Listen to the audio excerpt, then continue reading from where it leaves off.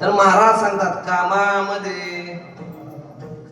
काही म्हणा, तुम्ही कुठंही नामस्मरण केला हो. तुकोबारा एकदा प्रांत विधीला गेले आणि तिथं नामस्मरण करायला बसले.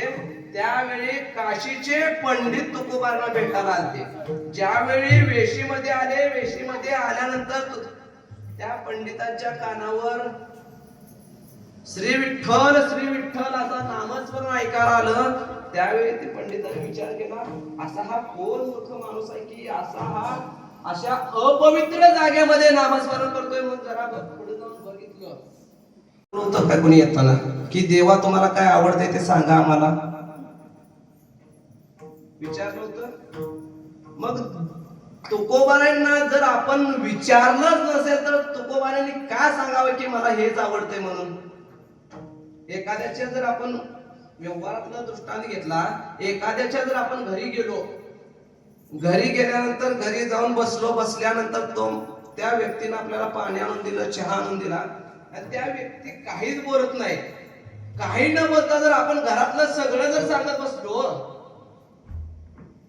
ती व्यक्ती काय म्हणेल, काय मूर्ख माणूस आहे, काय न विचारता सगळं सांगायला लागलाय. महाराज, एखादी गोष्ट जर कुणाला सांगायची असेल तर त्याने विचारल्यावर सांगावं.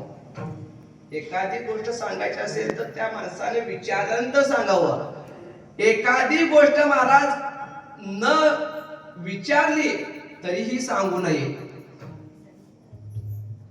एखादी गोष्ट कुणी विचारली आपल्याला तरीही सांगू, जरी ती सत्य असली तरीही. कारण चांगल्या कामाला असत्य. ज्यावेळी महाभारतामध्ये युद्ध चालू होतं त्यावेळी अश्वत्थामा मेला म्हणून बोलावंच लागलं का नाही, खोटं बोलले का नाही. कुणी सांगितलं होतं, कुणी सांगितलं होतं, देवानं सांगितलं होतं का नाही. एक खोटं बोललं होतं, काय झालं,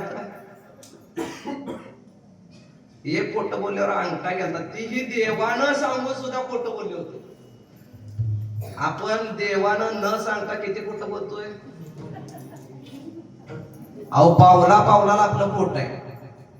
जर असं खोटं बोलत असेल देव, एकदा धर्मराजाचा एक खोटं बोललं, एक अंगठा घेतला, आपलं काय काय जाईल, काहीच राहत नाही.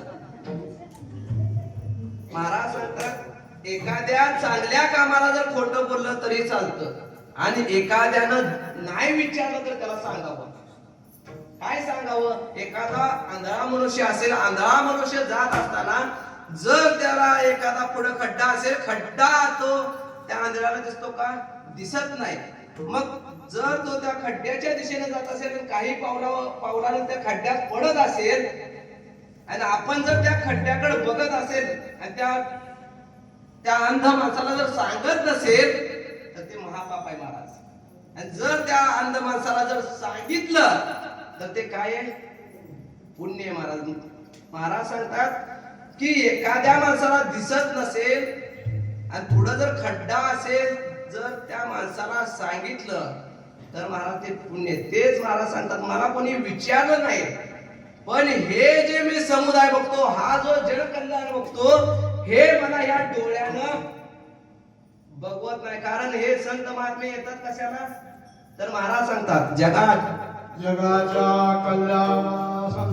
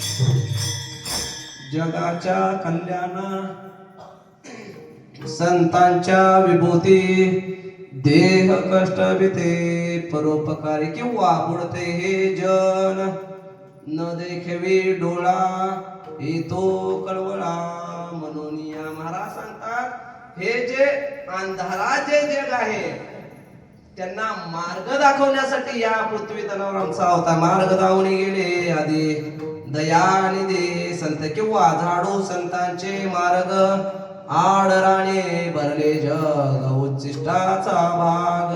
त्या पंडितांना माहित नव्हतं की हे तुकोबार आहेत. त्या तुकोबारांना भेटण्यासाठी ते आलते.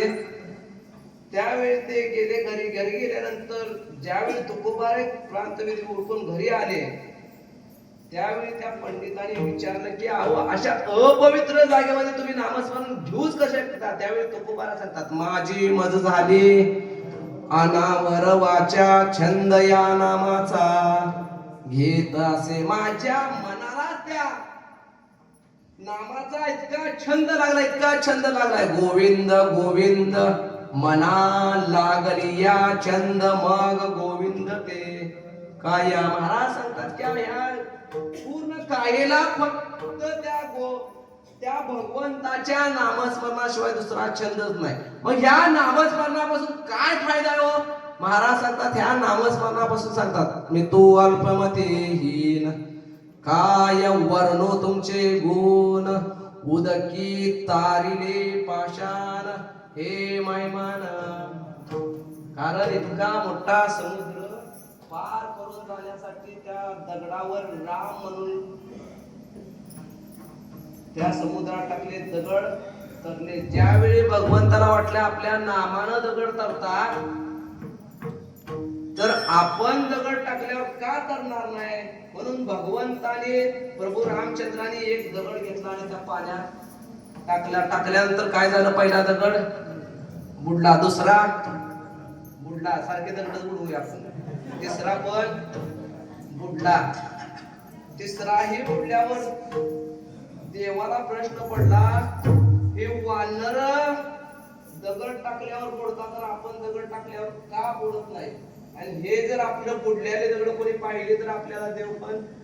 म्हणून मागं वळून बघितलं कोण आलंय का. मारुतीराया माणसं उभारले होते. देवाने विचारलं मारुतीराया कधी आलाय. ज्यावेळी पहिला दगड बुडला त्यावेळी देवाने विचारलं की मारुतीराया मला एक कळत नाही.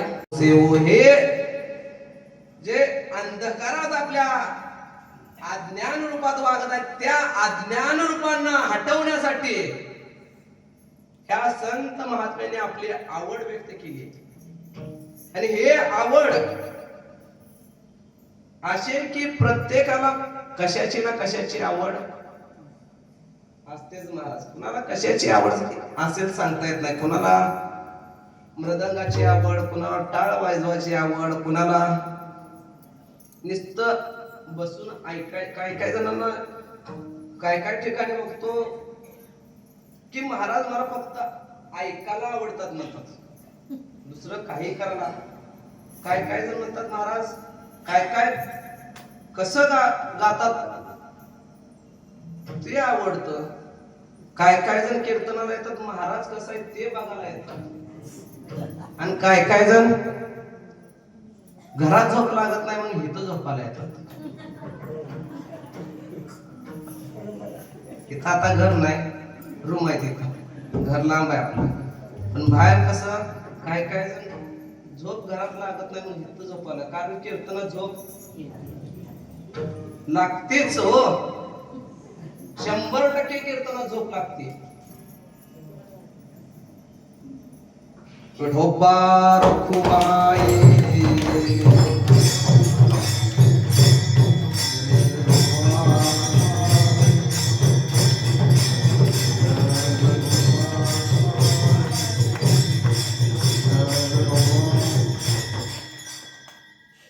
अशी प्रत्येकाला आवड असते. मनुष्य नरदेहाला आल्यानंतर प्रत्येकाला कशाची ना कशाची आवड असते. संसारिक कुठलीही अवस्था असो की ती अवस्था प्रत्येकाला प्रत्येक क्षणाक्षणाला कशाची तर आवड, कशाची ना कशाची आवड प्रत्येकाला असते. तसं तुकोबाराय सांगतात मला ही आवड आहे. कशाची आवड आहे? मग हा भगवंत त्या रूपामुळे मला आवडतो. पहिलं कारण पटलं, पटू द्या नाही तर न पटू द्या, तुकोबारा नाही तर पटलंय. दुसरं कारण त्या देवाचं मला नाव आवडतं. काय आवडतं? देवाचं नाव आवडतं. का हो देवाचं नाव का आवडलं तुकोबारायांना? तुकोबाराय सांगतात त्या देवाच्या एका भगवंताशिवाय मी दुसरं नाव घेत एक गाऊ आम्ही विठोबाचे नाम अनेकाचे काम नाही. आता तुकोबाराय सांगतात की ह्या नामामुळे इतका मला फायदा झाला, इतका फायदा झाला. किती झालाय फायदा? तर महाराज सांगतात की ह्या नामस्मरणामुळं अनेक जणांचे फायदे झालेत. सगळ्यांना ज्ञात आहे ज्यावेळी वाल्यापोळी आपलं उदरनिर्वाह करण्यासाठी लोकांना लुटून मारून हे करून सगळे करायचा, पण कशामुळे उद्धार झाला हो? नामामुळं. महाराज सांगतात नाम साराचे शरणांगता यमकिंकर उत्तम उत्तम वाचे बोला पुरुषोत्तम. महाराज सांगतात हे नाम असं आहे. कसं आहे? सत्यसाच खरे नाम विठोबाचे बरे. महाराज सांगतात हे नाम खरं पण आहे आणि बरही आहे. हे नाम घेण्यासाठी लय अट्टहास करावं लागत नाही, कुठं जावं लागत.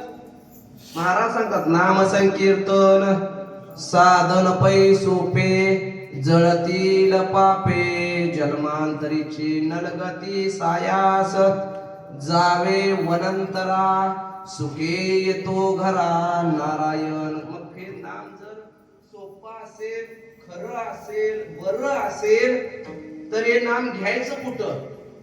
महाराज सांगतात ठाईच बैसोने करा एक चिंतन आवडी अनंत. काय जण म्हणले महाराज तुम्ही एका जागी बसून जर नामस्मरण घ्या म्हणत असाल, पहिला प्रॉब्लेम आमच्या कामाचा आहे. दुसरा प्रॉब्लेम जर कामातनं काही सवड भेटले तर दुसरा प्रॉब्लेम आमच्या गुडघ्याचा आहे. एवढा उशीर गुडघ्यावर बसता येत